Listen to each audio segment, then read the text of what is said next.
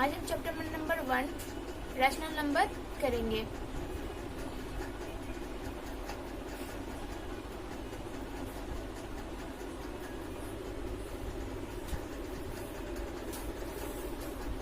सबसे पहले हम मतलब समझेंगे कि रैशनल नंबर का मतलब क्या होता है। रैशनल नंबर हमेशा p अपॉन में q के फॉर्म में होता है, but q not equals to 0 होती है। अगर q 0 हो गई तो क्या हो जाएगी? नॉट डिफाइंड हो जाएगी, वो तो रैशनल नंबर होता ही नहीं है। एग्जाम्पल देख लो। एग्जाम्पल है जैसे कि आप फ्रैक्शन में लिख सकते हो, डेसिमल में लिख सकते हो, रूट में लिख सकते हो, मतलब एनी रियल नंबर हो सकता है। कुछ इस तरीके से आप 2 अपॉन में 7, -1 अपॉन में 2, 8, 0 अपॉन में 1, ये सारे क्या है? रैशनल नंबर है। ठीक है। और अगर मैं इसी तरीके से यहाँ पे ऐसे लिख देती हूँ 1 अपॉन में 0, तो 1 अपॉन में 0 क्या रैशनल नंबर है? 1 अपॉन में 0, अब 1 अपॉन में 0 को रैशनल नंबर नहीं लिख सकते।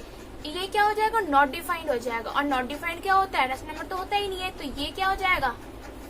अगर आप ऐसे करके लिखते हो, तो अगर आप ये बोलते हो कि ये रैशनल नंबर है, तो रैशनल नंबर नहीं होगा। ये नॉट डिफाइंड हो गया, तो रैशनल नंबर नहीं हो सकता।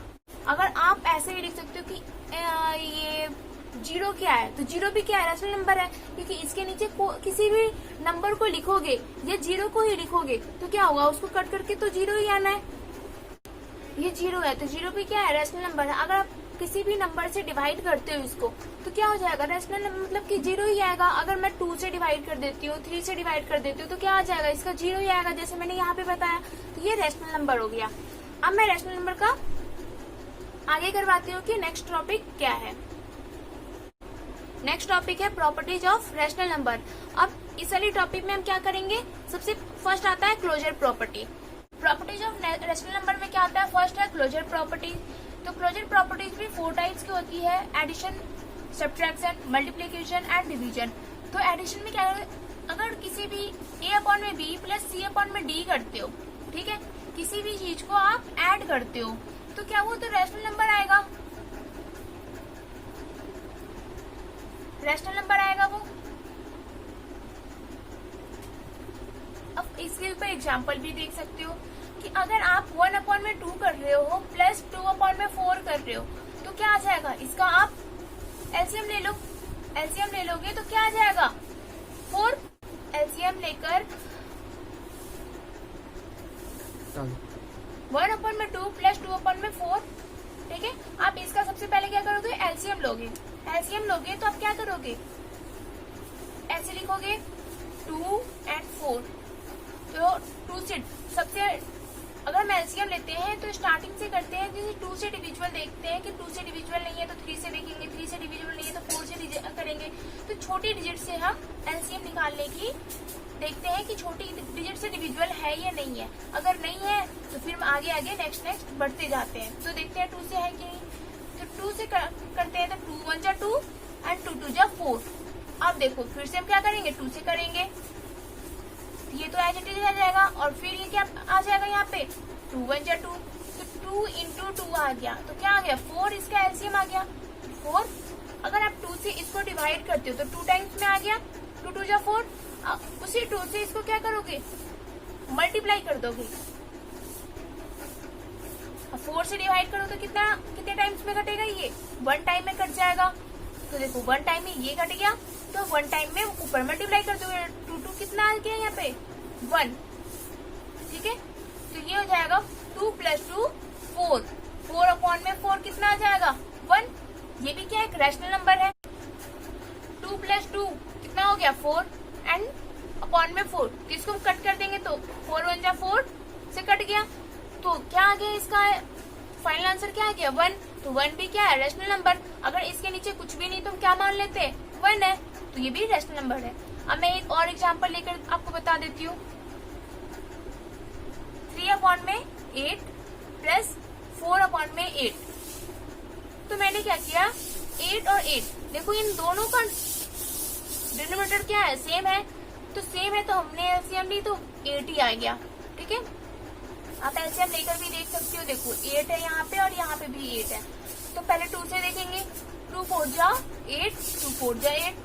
फिर देखते हैं 2 2 जा 4, टू टू जा 4, फिर यहाँ पे देखेंगे 2 1 जा 2, 2 1 जा 2, तो कितना आ जाएगा, देखो 2 1 जा 2 2 जा 4 एंड 4 2 जा 8, तो यहाँ पे 8 आ गया। अब 8 को इससे डिविजिबल करोगे तो 1 टाइम में कटेगा, तो 3 आ गया। यहाँ पे आप इससे मल्टीप्लाई कर दोगे तो 3 आ गया।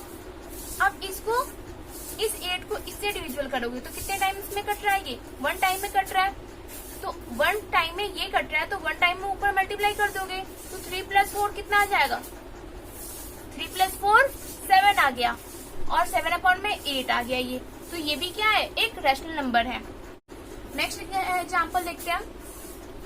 आपको ये वाला मैंने आपको बताया, फिर इस वाले एग्जाम्पल के थ्रू भी बता दिया, एक और एग्जाम्पल लेकर मैं आपको बता देती हूँ, फिर नेक्स्ट टॉपिक करेंगे।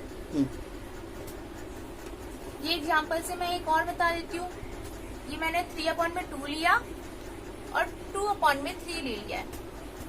तो सबसे पहले क्या करेंगे, एलसीएम निकालेंगे। जब हम एलसीएम निकालेंगे 2 और 3 का, 2 और 3 लिख लिया, हम एलसीएम निकाल रहे हैं, तो देखो 1 से डिविजिबल तो अब सारे हो जाएंगे, तो हम 2 से देखेंगे, तो 2 1 जा 2, 3 तो एज इट इज रह जाएगा, क्योंकि डिवाइड तो हो नहीं सकता वो। अब हम 3 से करेंगे, 3 1 जा 3, मतलब ये तो 1 एज इट इज आ जाएगा, और यहाँ पे आ जाएगा 3 1 जा 3, ठीक है, कट कर दिया हमने। तो हम इसको मल्टीप्लाई कर देंगे 2 × 3, तो कितना आ जाएगा 6। तो हमने इसको एलसीएम लिया, तो एलसीएम लेने के बाद 6 यहाँ पे आ गया। अब इसको हम इससे डिवाइड कर देंगे, ठीक है, 6 को किससे डिवाइड करेंगे, 2 से, तो 6 को हम डिवाइड कर रहे हैं 2 से, 2 3 जा कितना हो जाएगा 6, तो ये कट गया। अब इस 3 को ऊपर वाले डिजिट से मल्टीप्लाई कर देंगे, ऊपर वाले से क्या कर देंगे, मल्टीप्लाई कर देंगे, ठीक है, तो 3 3 जा 9 आ गया। अब इसी तरह अब इसको डिवाइड करेंगे किससे, 3 से करेंगे, हम कर देते हैं डिवाइड, तो कितना आ गया, 2 टाइम्स में कट जाएगा, ये कट गया ये। अब इस वाले 2 से ऊपर वाले 2 से मल्टीप्लाई कर देंगे, 2 2 जा 4, तो यहाँ पे कितना आ गया आंसर, 9 + 4 13/6, तो ये भी क्या है, एक रैशनल नंबर है। अब हम नेक्स्ट करते हैं सब्ट्रैक्शन। अब सब्ट्रैक्शन में क्या करेंगे, सब्ट्रैक्शन में जहाँ पे हमने एडिशन लगाई है वहाँ पे हम माइनस की साइन लगा देंगे, जहाँ पे हमने प्लस की साइन लगाई थी वहाँ पे हम माइनस का साइन लगा देंगे, वो हो गई सब्ट्रैक्शन। फिर भी मैं आपको बता देती हूँ कैसे करते हैं। अब सब्ट्रैक्शन में हम देखेंगे, सब्ट्रैक्शन में हमने जहाँ पे अभी एडिशन में प्लस जहाँ पे लगाई थी वहाँ पे हम माइनस लगा देंगे।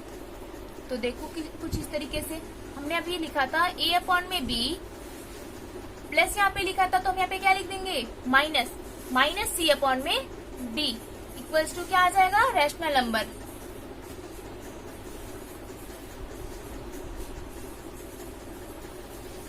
सब्ट्रैक्शन में हम क्या करेंगे, जहाँ पे हमने एडिशन वाले में प्लस लगाया था और सब्ट्रैक्शन में वहाँ पे माइनस लगा देंगे। तो वहाँ पे आप जब भी आप करोगे ना, किसी भी डिजिट से किसी भी डिजिट को आप सब्ट्रैक्ट कर रहे हो, तो आप किसी भी चीज को कर रहे हो,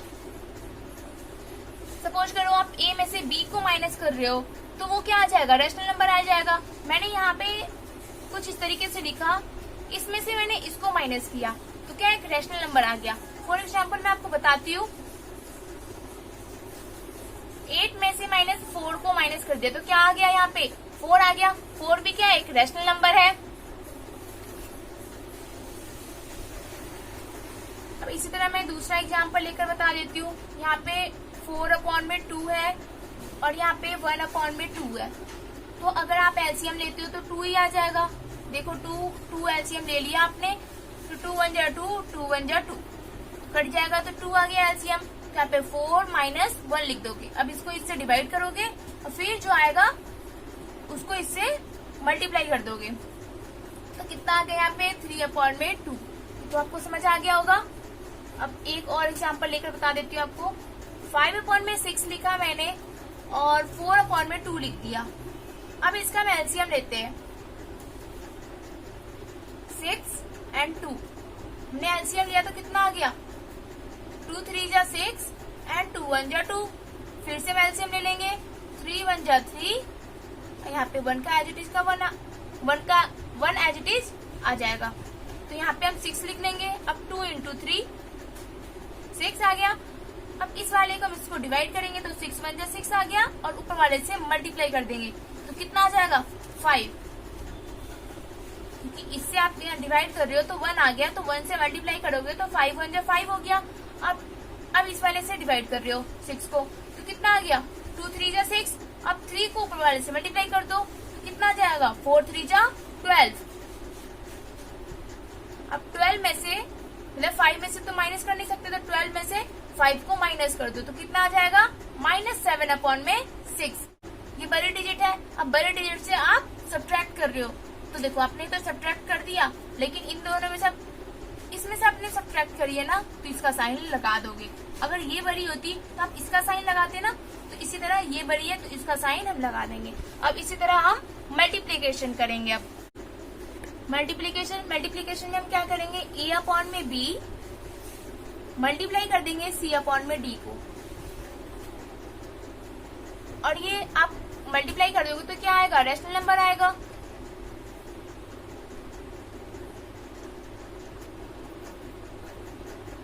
देखो आप, अब मैं एग्जांपल ले लेती हूँ। तो मैंने यहाँ पे 2/4 लिख दिया इंटू 1/2 लिख दिया तो क्या आ जाएगा 2 1 जा 2 एंड 4 2 जा 8। देखो यहाँ पे कट रहा है ना, 2 के टेबल में 8 आती है तो 2 1 जा 2 2 4 जा 8, तो कितना आ गया यहाँ पे फाइनल आंसर 1/4। आप चाहते तो यहाँ पे भी कट कर सकते थे, 2 1 जा 2 कट जाता, ये इससे कट जाता, या आप इससे इसको काटना चाहते थे तो इससे भी इसको काट सकते थे, ठीक है। बट मैंने यहाँ पे कट किया तो आप यहाँ पे भी कट कर सकते हो। 10/8 मैंने नेक्स्ट एग्जांपल लेके बताती हूँ। 10/8 इंटू 4/7। तो देखो यहाँ पे कट रहा है तो 4 1 जा 4 एंड 4 2 जा 8 कट गया, ठीक है। 2 1 जा 2 2 5 जा 10, तो कितना आ गया यहाँ पर इसका फाइनल आंसर 5/7। अब मैं नेक्स्ट बताती हूँ डिवीजन।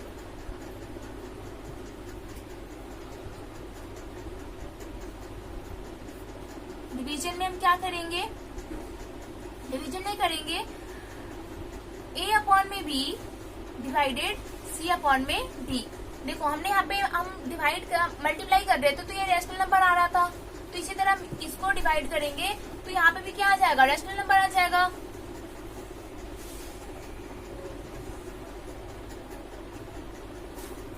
अब यहाँ पे देखो मैं यहाँ पे एग्जांपल लेकर बताती हूँ आपको। यहाँ पे 4/3 लिया डिवाइडेड बाय 1/2।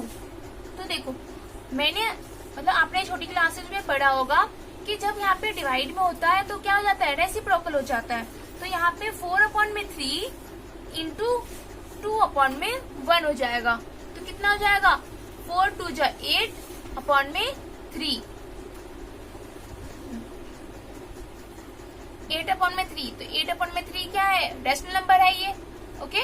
आगे समझ आपको कम्यूटेटिव प्रॉपर्टी में क्या होता है।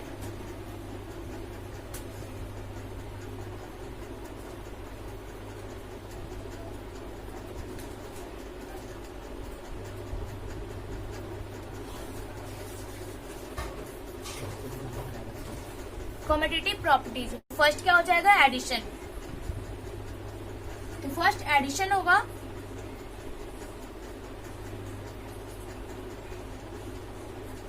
एडिशन में हम क्या करेंगे कि a/b plus c/d equals to क्या हो जाएगा c/d प्लस a/b, ठीक है।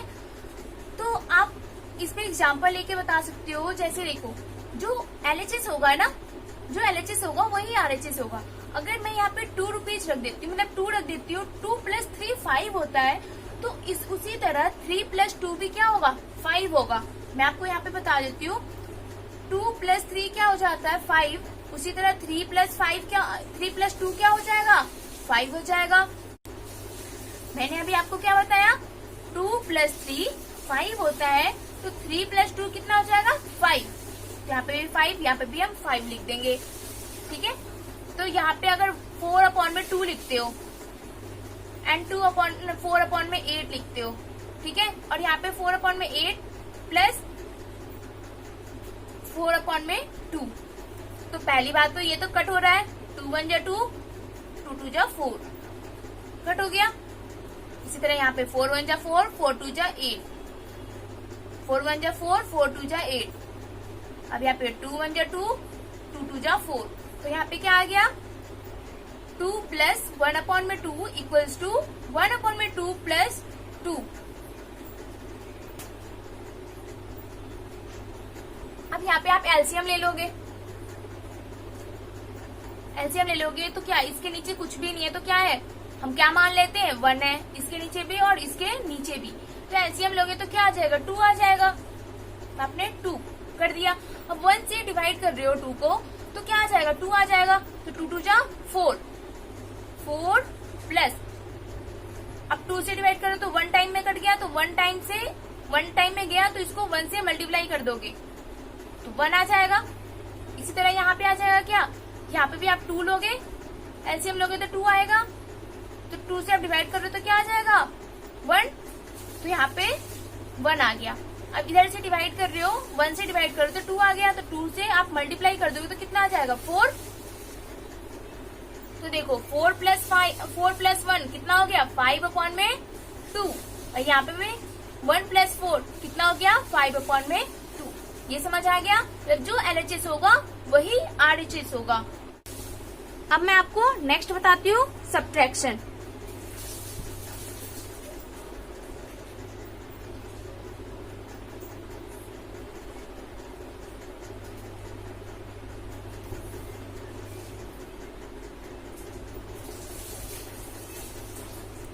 नेक्स्ट क्या है, सब्ट्रैक्शन। सब्ट्रैक्शन में क्या होगा, जहां पे हमने एडिशन में प्लस लगाया था वहां पे हम माइनस लगा के देखेंगे। हम यहाँ पे क्या कर देंगे, a अपॉन में b माइनस c अपॉन में d equals to c upon में d माइनस a अपॉन में b। ये करेंगे। इसके ऊपर हम एग्जाम्पल लेकर मैं आपको बताती हूँ, इसके ऊपर एग्जाम्पल लेकर दिखाऊंगी मैं कि ये एप्लीकेबल है या नहीं है। ये तो एप्लीकेबल था, एडिशन एप्लीकेबल था, ये एलएचएस और आरएचएस हो गया। इसी तरह इस कंडीशन में भी एलएचएस और आरएचएस इक्वल आ जाती है तो एप्लीकेबल है, अगर नहीं इक्वल आती तो एप्लीकेबल नहीं है। एडिशन में तो एलएचएस और आरएचएस इक्वल आ गई थी, और सब्ट्रैक्शन में हम देखते हैं इक्वल आती है या नहीं आती। अब देखो यहाँ पे 4 माइनस 2 करती हूँ, यहाँ पे 2 माइनस 4 करती हूँ। तो 4 में से अगर 2 को सब्ट्रैक्ट करते हो तो कितना आ जाएगा, 2। और यहाँ पे 2 में से कर रहे हो सब्ट्रैक्ट 4 को, तो इससे तो आप सब्ट्रैक्ट कर नहीं सकते, तो हम क्या करेंगे, इस वाले डिजिट इस वाले से करेंगे। 4 में से हमने 2 को किया तो 2 आ गया, बट हमने किस में से करी थी, इसमें से करी थी, 4 में से करी है। तो 4 का क्या है, माइनस का साइन है, तो यहाँ पे माइनस का साइन लगा देंगे। और यहाँ पे 4 में से हमने सब्ट्रैक्ट करी तो ये प्लस का साइन था, तो यहाँ पे छोड़ दिया, तो ये नॉट इक्वल्स टू आ गया। ये एप्लीकेबल नहीं है, सब्ट्रैक्शन एप्लीकेबल नहीं है। ओके, अब मैं आपको मल्टीप्लीकेशन बताती हूँ इसी पे। एडिशन में क्या बताया था, एलएचएस और आरएचएस इक्वल होनी चाहिए। इसी तरह सब्ट्रैक्शन में बताया एलएचएस और आरएचएस इक्वल होनी चाहिए, बट इसमें इक्वल नहीं है तो ये एप्लीकेबल नहीं है। अब मैं आपको नेक्स्ट बताती हूँ, मल्टीप्लीकेशन। अब मैं आपको मल्टीप्लीकेशन बताती हूँ इसमें।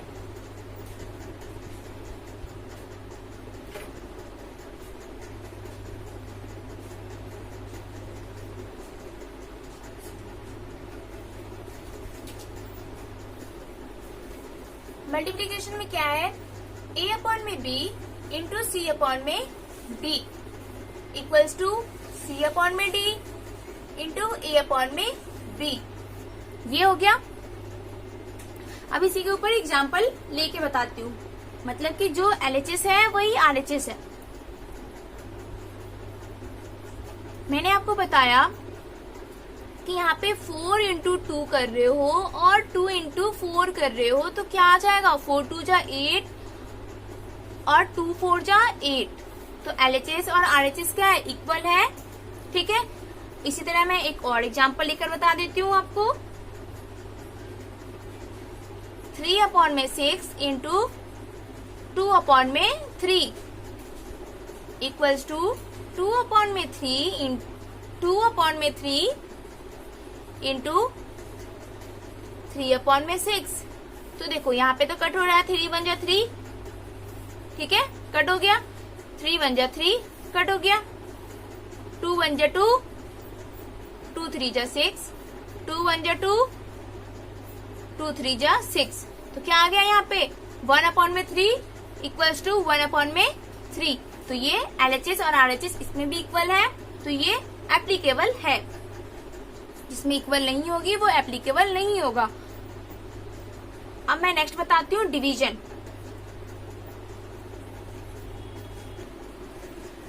नेक्स्ट टॉपिक है डिवीजन। डिवीजन में क्या है,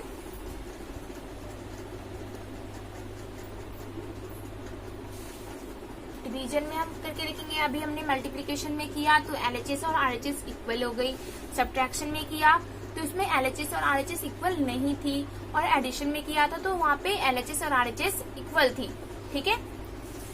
तो ये कंडीशन किस पे फुलफिल नहीं हो रही, एप्लीकेबल नहीं हो रही, सब्ट्रैक्शन पे, और एडिशन एंड मल्टीप्लिकेशन पे फुलफिल हो रही है। अब डिवीजन पे देखते हैं फुलफिल हो रही है या नहीं हो रही। तो यहाँ पे A अपॉन में B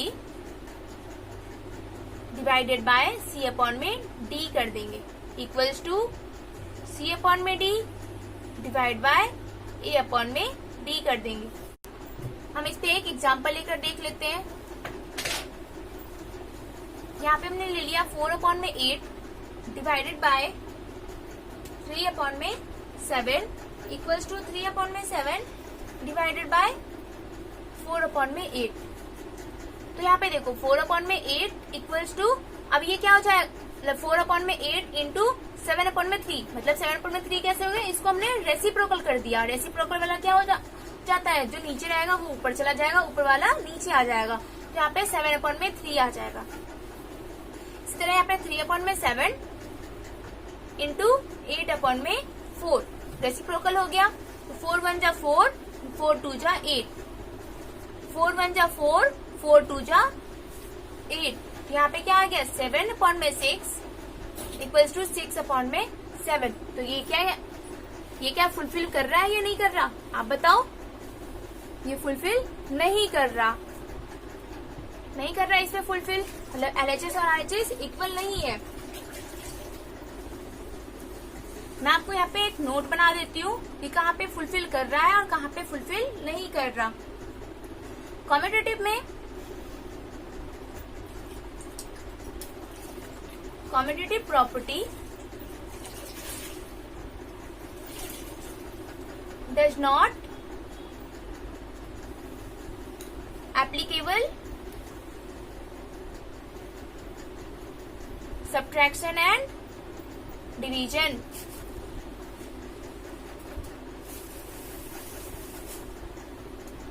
subtraction and division।